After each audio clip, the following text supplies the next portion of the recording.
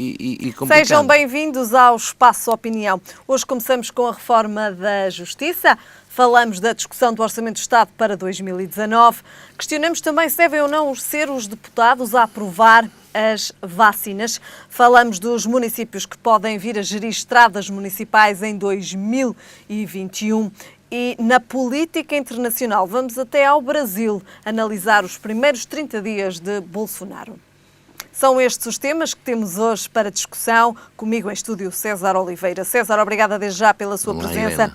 César, começamos precisamente a falar da reforma da Justiça e do PST que se alia então ao Governo para prosseguir a reforma da Justiça. Não é bem assim.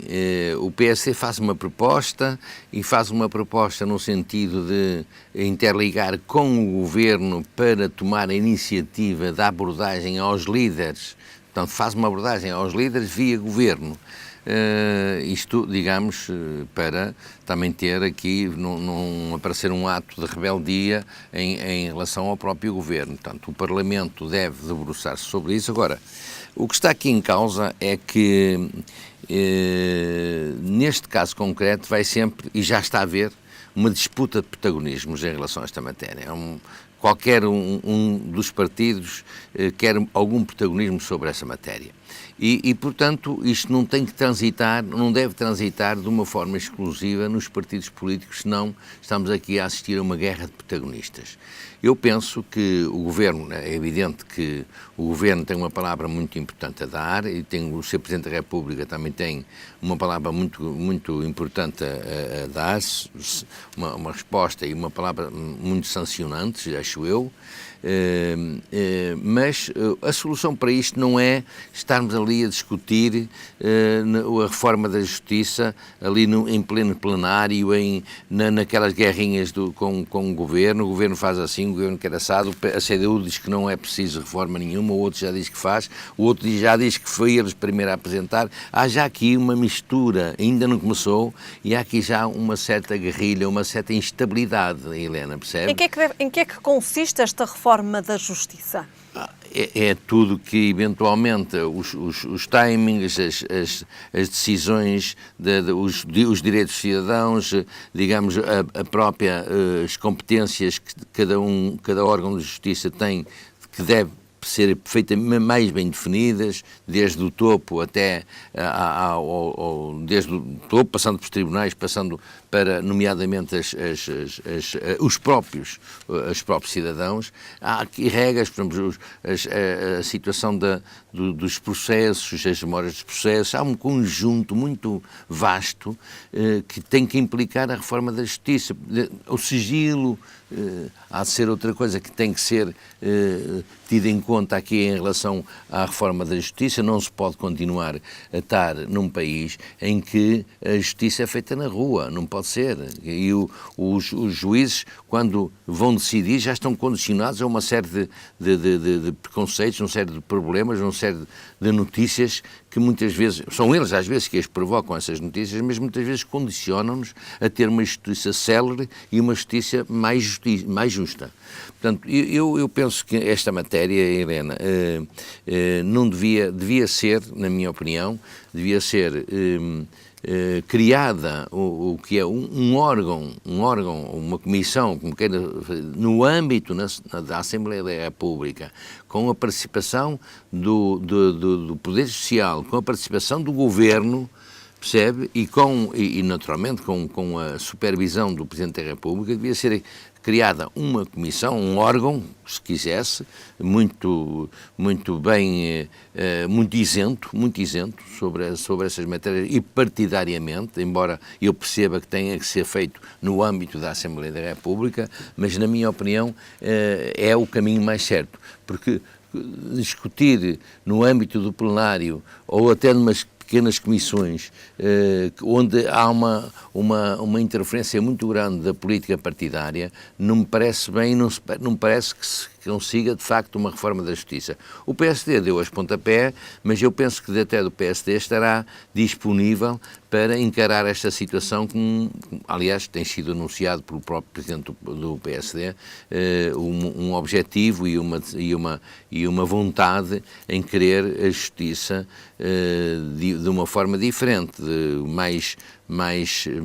com mais regras, com timings definidos, com os direitos dos cidadãos, nomeadamente acautelados, e com a celeridade da Justiça. Portanto, há aqui este conjunto de coisas, independentemente de outras matérias que se prendem com prazos, que prendem com os direitos, nomeadamente aqueles direitos que são comunitários, que há aqui um dado novo.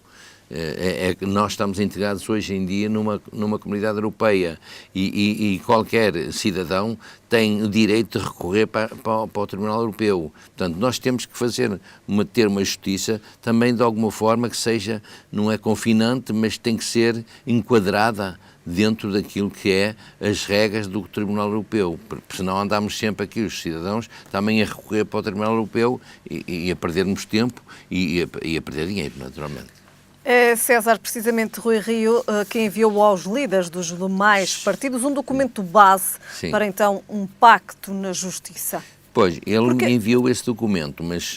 É preciso que todos, César, participem desta reforma na Justiça, todos os partidos façam parte também deste processo de reforma da Justiça. Helena, mas é como digo, o Rui Rio fez isso, mas requereu ou pediu a mediação do Governo. Porquê? E mesmo assim já se está a dar fé que um diz que já tinha apresentado no princípio do ano, o outro diz que não concorda e que não vai dar para aquele peditório, o outro diz que não sei o quê. Há sempre aqui a leitura, não vamos dar visibilidade ou não vamos colaborar com um partido que não está no poder, que é da oposição. Portanto, naturalmente que o PS ou o CDU e o Bloco de Esquerda e os Verdes vão ter sempre uma posição, não direi antagónica, mas vão ter sempre uma posição de resistência em relação, se insistir nesta situação. Agora, o líder do PSD apresentar a sua disponibilidade, e que eu espero que seja sempre no âmbito do Parlamento, porque são aqueles representantes mal ou bem foram eleitos por nós, e não uma comissão que não tenha sido eleita por ninguém. Não sei se é isso que o Rui Rio pensa, mas penso que o mais correto seria uma coisa deste tipo, centrada no Parlamento, com a participação das instâncias, nomeadamente dos representantes judiciários, do Governo, e até com a interferência do Gabinete do Presidente da República. Penso eu que tinha que ser uma coisa assim, com esta transversalidade. É preciso, de facto, uma reforma da Justiça. E é preciso uma reforma da Justiça e tem que ser rápida, porque as coisas estão a tomar... não é que aqui nós somos um Estado de Direito. Portanto, a urgência nas medidas da Justiça é para países que não estão com o Estado de Direito. Nós estamos num Estado de Direito e as instituições funcionam, naturalmente. Agora, não demora muito tempo. Porquê? Porque é preciso definir algumas regras que encurtem e que agilizem o próprio funcionamento da Justiça, que é isso que nós queremos, nós cidadãos, não é? Quer dizer, quem comete um crime tem que pagar por ele, não é? Ponto final. E aquele que cometeu um crime não pode ter possibilidades, no meu ponto de vista, de andar sempre a adiar as coisas ad eterno e que depois chegam ao fim e até já não são criminalizados e às vezes o Estado até tem que lhes pagar por algumas coisas que não conseguiram provar. Portanto, isto tem que haver realmente regras que sejam bem definidoras deste tipo de coisas, porque são perigosas para a sociedade e para o Estado se não acontecerem. Muito bem. O Governo, então, e o PSD, neste caso o PSD, aliar-se ao Governo para prosseguir, então, a reforma da Justiça. Passamos ao próximo tema. César, fazemos agora uma avaliação da discussão do Orçamento do Estado para 2019. Quais foram os principais pontos desta discussão do Orçamento do Estado para 2019? Olha, são aqueles de conquistas, digamos, já falámos aqui várias vezes, ligadas aos vencimentos, ligadas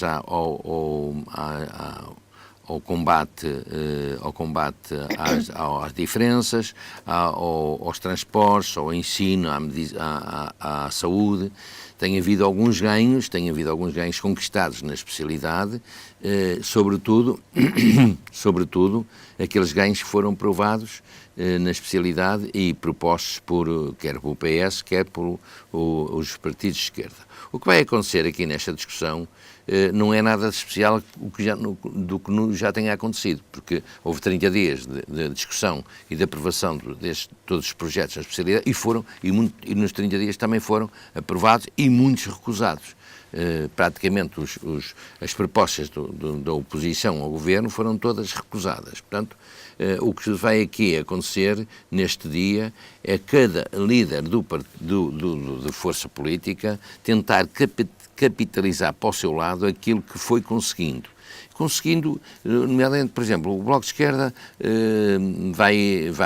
naturalmente, a intervenção vai passar por conquistamos isto, melhores condições para isto, para os velhinhos, nas reformas, no descongelamento das carreiras, no descongelamento dos vencimentos, vai haver as casas, mas no fim vai dizer assim, e esta questão do contagem dos tempos e não sei quantos tem que ser uma situação em cima da mesa. Ainda para mais que recentemente foi aprovado no Parlamento, que é uma situação que eu não sei como é que o Governo vai descalçar essa bota, aprovado no Parlamento, a obrigação do Governo continuar o atingir desta situação, desta promessa que as pessoas tanto têm batalhado e que o Governo tem recusado liminarmente. E que vai ter que voltar também à mesa das negociações com os professores. Tem que voltar porque é uma decisão, de facto, dos partidos que fizeram a maioria, nomeadamente do Bloco de Esquerda, não é? E, portanto, e do PCP. É evidente que nessas coisas, e como o PSD também apoiou, nessas coisas já serve a direita, não sei se está a ver, já há 2 pesos, 2 medidas dessa malta. Mas dava jeito, portanto, o PSD também entende que realmente o que foi prometido deve ser cumprido e portanto, e até o PSD for o PSD que congelou, nos governos do PSD que congelou, e portanto os descongelamentos, em boa verdade, devem-se fazer à data. Agora, se esse congelamento foi feito com a possibilidade de voltar a ser descongelado com a retroatividade, isso é que é a discussão, a grande discussão. O Governo diz que não deve, que não é com a retroatividade. Portanto, fazem... Depois há outra questão relativa ao Orçamento de Estado para 2018, que de facto aí também é um ponto de discórdia, aquilo que foi interpretado. Bom, pois há aquilo que foi interpretado, mas a questão relativamente a esta matéria é que neste momento é uma situação, independentemente depois digamos, do como é que se o Orçamento de Estado, se a receita, lá está, depois a contenção ou a suspensão de medidas que o Governo tem feito durante estes tempos, está no Orçamento de Estado, mas vai suspendendo, porque em função da folga financeira. Isso vai continuar a acontecer, embora eles possam dizer que não, mas vai continuar a acontecer, porque sabemos que as receitas que estão previstas podem ser altamente falíveis, quando eventualmente há receitas que o Estado tem neste momento e que tem que ser privado delas, porque são regras nomeadamente comunitárias, percebe? Portanto, agora, esta situação dos professores é simplesmente um rastilho para a situação se manter em discussão. Portanto, é uma fragilidade, na minha opinião, é uma fragilidade que este Governo vai ter. Agora, qual é a expectativa? É o que é que o Sr. Presidente da República vai fazer em relação a estas matérias. A questão da baixa do IVA, do lado das touradas e da cultura e não sei quanto. O Orçamento de Estado... São os temas mais fraturantes deste Orçamento de Estado. O Orçamento de Estado vai ao Sr. Presidente da República. O Sr. Presidente da República, que tem especialistas para analisar a situação, é aquele que pode promulgar ou não promulgar. Porque se realmente lá estiverem, se ele disser assim, tem que se fazer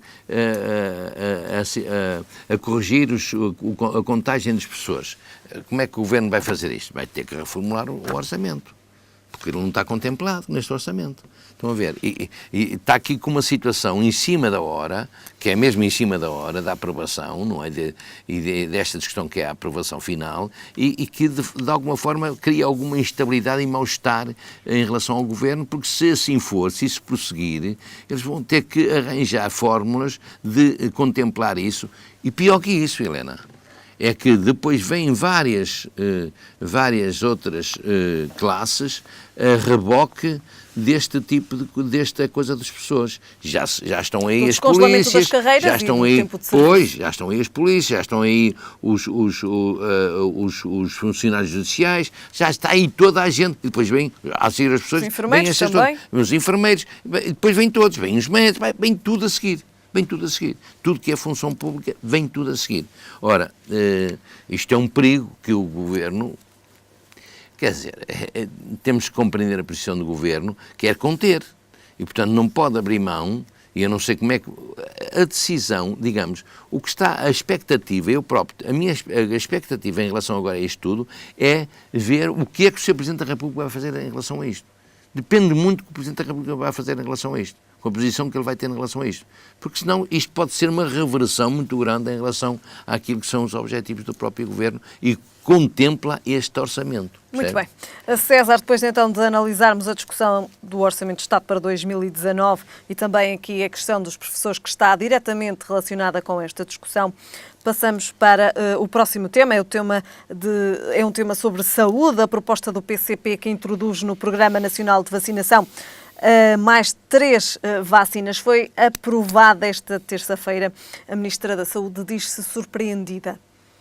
Bom, o que é que está aqui em causa no programa de vacinação, César? Olha, aqui, no caso concreto, o que está em causa é uma atitude em relação ao ponto de vista do Governo e da Direção-Geral de Saúde, é de uma ingerência do Parlamento em relação a estas matérias. Portanto, pergunta-se mesmo se devem ser os deputados a aprovar planos de vacinação. Quer dizer, no meu ponto de vista, não devem ser os deputados. Até porque existe no país, e é um órgão que está constituído, a Comissão Técnica de Vacinações. Portanto, o que é essa Comissão Técnica? São pessoas altamente qualificadas, ao nível da ciência, nomeadamente, da investigação, que constituem essa comissão para que, de alguma forma, depois se aplique aquilo que são digamos, as decisões. E não me parece que seja dentro do Parlamento que haja esse conhecimento profundo da parte dos deputados. Já muitos eu conheço, eles não têm competência para coisas nem semelhantes, não é? Ou seja, até mesmo para introduzir estas vacinas no Plano Nacional de Vacinação. Até isso, quer dizer, isso tem que ser, evidente que eles podem decidir, mas tem que ser primeiramente assumido pelo Governo, pelo Ministério da Saúde, neste caso concreto, e também pela Direção-Geral de Saúde, e por essa Comissão Técnica que está constituída. Porque é um órgão que é composto por elementos da ciência, da investigação, também do Ministério, neste caso concreto, da Direção-Geral de Saúde. Portanto, é um conjunto de pessoas muito credenciadas, que reconhecidas, nomeadamente pelo Parlamento, não é? E porque é que agora então se vai substituir um deputado que não percebe nada de medicina, não percebe nada de vacinas, ou não percebe nada de ciência ou de investigação, vai ter que decidir em relação a uma matéria desta? São matérias muito sensíveis, César. Muito sensíveis e de profundos conhecimentos. Qual deveria ser aqui o papel nesta matéria da Ministra da Saúde, César? O papel da Ministra da Saúde Qual deveria ter sido, neste caso, em concreto? Qual deveria ter sido era não deixar que isso acontecesse. Portanto, marcar posição, o Governo devia marcar posição logo em relação a estes partidos que tiveram estas iniciativas. Vamos cá ver que isto não pode ser, e rejeitá-las. rejeitá-la, não tanto pela implementação da vacina, porque não está em causa, porque há aqui vacinas que são perfeitamente justificáveis, mas não, o poder, essa competência não tem os seus deputados para a fazer. Quem tem é o Governo, e que depois os seus deputados podem sancionar e sancionar ou não em função das fundamentações que possam aduzir. Mas a competência de fazer ou não fazer deve ser do Ministro e dessa tal Comissão Técnica, como reitero, que são pessoas com competência reconhecida na área da ciência e da investigação, percebe, sobre esta matéria. Portanto, não vamos cá trocar, inverter aquilo que são as competências das pessoas. Portanto, o Governo, a Ministra e o Governo deviam ter acautelado isto para não deixar que isto aconteça. Percebe? Porque, na verdade, se aquilo vai ao Parlamento, vai ser aprovado, porque quem é que não quer as vacinações? Vai. Agora, é preciso ver a dimensão. É preciso que seja aferido por alguém que conheça bem. Portanto, eu acho que isto está invertido.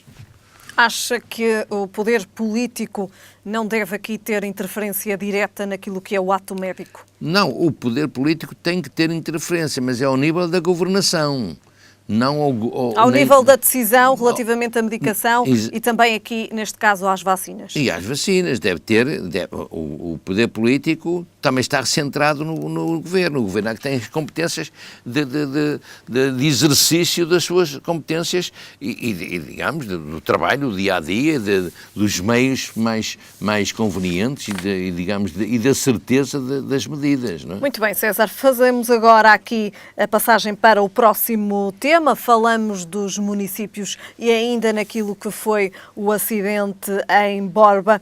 Falamos das estradas que podem vir a ser então geridas, as estradas municipais, em 2021 pelos municípios. César, aqui a verdadeira questão que se coloca é se de facto as autarquias devem comunicar ao Governo se pretendem assumir a gestão ou se optam por repartir responsabilidades com as infraestruturas de Portugal. Começamos do início, César, relativamente a esta questão. Eu estou-me a rir, sabe porquê? Porque isto é um problema velho e é um problema que, de facto, isto é o tal problema de empurrar com a barriga. E estas competências já foram passadas para as câmaras municipais há muitos anos, só que o Instituto de Estrada, neste caso, de Infraestruturas, o Governo, neste caso, o orçamento, não contemplou as verbas necessárias para esta assunção pela parte dos municípios. Os municípios dizem assim, aquela estrada é vocês, pronto, e eles entregam a estrada, e depois não há meios para... Então tem que reforçar o orçamento das câmaras. As câmaras não vão querer isto, as câmaras não querem isto. Até porque, repare, se não houver, de facto, aquilo que é o fundamental, que é ter meios financeiros para meios financeiros e infraestruturais também, para o fazerem, porque, veja, o Instituto de Estradas tem muitos meios para essa, mas alguns municípios que não têm, e têm que os criar, e ao criá-los têm que comprar equipamento, manter funcionários, gastar muito dinheiro na questão que são os consumíveis, nos alcatrões, nas pedras, tudo isso, que acarreta uma despesa enorme. Se não tiver essa transferência bem medida, não é? Os municípios não querem, porquê? Porque é o que já acontece. O Governo tem competência sobre essas coisas, mas como já tem competências, tem competências, mas já as passou, assim, passou só no papel. E agora há um desastre qualquer, o Presidente da Câmara que é sempre o responsável, é sempre a vítima. O Governo já se põe, não, isto está lá na competência das câmaras. Portanto, admito que a maior parte das câmaras, aliás, isto é uma coisa combinada com a Associação Nacional de Municípios, que eu também não percebo, tem 2 pesos, 2 medidas. Não houve bem os autarcas discordam disto, mas a Associação Nacional de Municípios não é um órgão, é só um órgão representativo dos municípios, não é mais nada. Eles não têm poderes para nada, até porque não tem lá gente competente para fazer isso, não é? Não tem mesmo. Portanto, acho que esta é uma situação profunda e que vai redundar é que os municípios vão todos recusar isto. Isto tem agora um prazo para dizer que recusam, não sei depois o que é que se vai dar, mas eu tenho ouvido alguns presidentes de Câmara dizer nós não queremos isso, porque não... Tem alguns casos concretos de estradas municipais que o Instituto de Estradas passou para a alçada do município, mas não lhes passou os meios para o fazer. E eles têm estradas que eram antigamente tratadas pelo Instituto de Estradas e que passaram para as câmaras municipais e nunca mais foram tratadas porque as câmaras também não têm meios para as tratar. Não é? Muito bem. César, passamos ao nosso próximo tema. Falamos de política internacional. Uma breve análise sobre os primeiros 30 dias de Bolsonaro, um mês depois de ter sido eleito. Olha, deixa-me só dizer ainda mais uma coisinha aqui em relação a esta estrada. Estamos a falar de 4.300 km que o Instituto de Estradas quer passar para a alçada dos municípios. É muito quilómetro, percebe? E com as complexidades que isso tem nas localidades, nas malhas urbanas, que são, não é, às vezes é muito mais custoso que fazer uma autoestrada. Portanto, esta é uma matéria muito importante, que tem de ser bem observada por aquilo que são o Governo, neste caso o Instituto, que é o Governo, na passagem para municípios que também nos interessa de proximidade, e nós, munícipes, nós, cidadãos, podemos ser muito afetados por isso, cada vez temos estradas mais com buracos. Porquê? Porque um diz que é a Câmara que faz, e a Câmara diz, não tenho meios, é vocês que fazem, e isto nós é que pagamos, não é? É o jogo de ping-pong, César. É o jogo de ping-pong. César, passamos então agora ao próximo tema. Um mês depois de ter sido eleito Bolsonaro, como é que podemos avaliar algumas já conhecidas das decisões de Bolsonaro? Olha, Helena, é assim, nós ainda vamos ter algum tempo até para que ele entre em funções no início do ano. Estamos quase a terminar, César. Para verificarmos, mas rapidamente para dizer, de facto há um índice claro de preocupação, que na formação do Governo, que é um número considerável de ministros, tem quase 50% de indivíduos que são personalidades que estão ligadas ao Exército, que estão ligadas às Forças Armadas. É praticamente metade. É praticamente metade. E isso, às vezes, em outras sociedades, dá em ditadura. É esta também a preocupação, César? É uma Ou preocupação. Começa a ser esta a verdadeira preocupação? Começa a ser essa preocupação.